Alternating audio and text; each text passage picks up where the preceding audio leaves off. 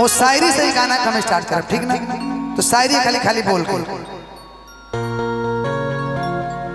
का बात बा।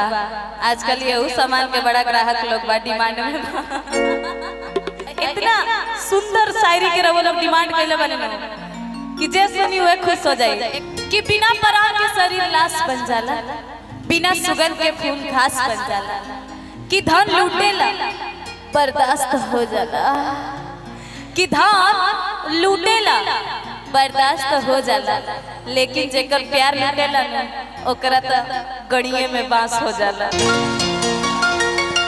लेकिन आपके लिए मैं कहूंगा कि पहले रहनी पानी अब शराब हो गईनी, कि तोहरा खाती इतना हम खराब हो गईनी, कि देखे में सीधा तू तबारू खाली बहरा से, कि देखे में सीधा कि तू तबारू खाली बहरा से, कि तोहर नाम भइल हमरा से हम बदनाम तोहरा से। इधर आइए ना, इतना तू हमके बदनाम कर देलो। हाँ कि पहले रहनी पानी अब शराब हो गई, तोहरा खाती इतना हम खराब हो गई, पहले रहनी पानी अब शराब हो गई, तोहरा खाती इतना हम खराब हो गई, देखे में सीधा तू तबारू काली बहरा से, देखे में सीधा तू तबारू काली बहरा से।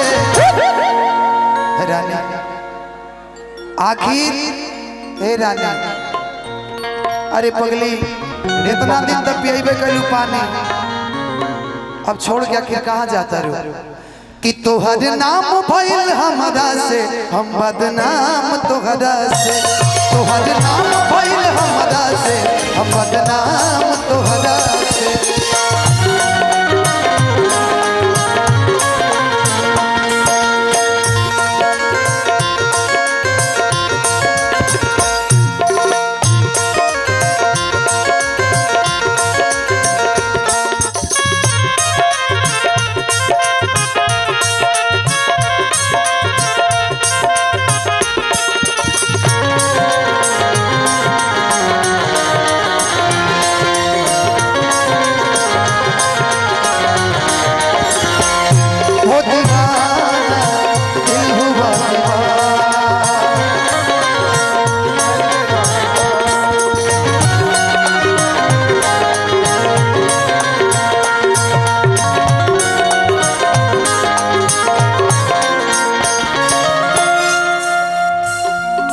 झूठ बोललू दुनिया से सच कहल गइल,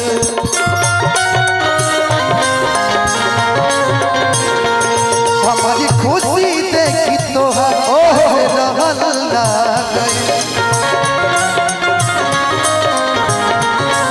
आदरणीय बड़े भैया, झूठ बोललू दुनिया से सच कहल गइल, हमारी खुशी देखी तोहर से रहल गइल, केहू न जान पाई तोहरा के गहरा से, केहू न जान पाई तोहरा के गहरा से, तोहर नाम भइल हमरा से बदनाम तोहरा से, तोहर नाम भइल हमरा से बदनाम तोहरा से।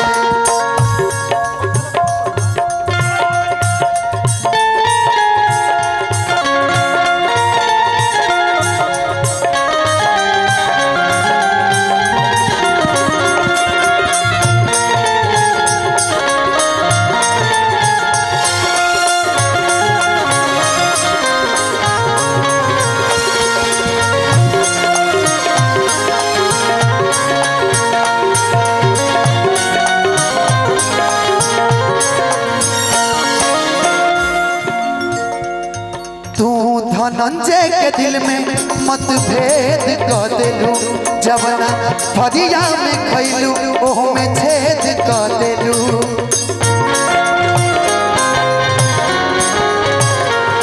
धनंजय के दिल में मतभेद कर देलू जवना फरिया में खैलू ओह में छेद कर देलू रोहित परेशान तोहरा झूठ के कहरा से विकास परेशान तोहरा झूठ के कहरा से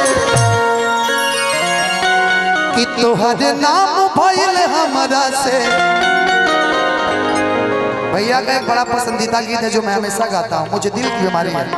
आपके गाने से पहले एक लाइन में इसको गाऊंगा कि तोहर नाम भइल हमरा से बदनाम तोहरा से तोहर नाम भइल हमरा से हम बदनाम तोहरा से तोहर नाम भइल हमरा से बदनाम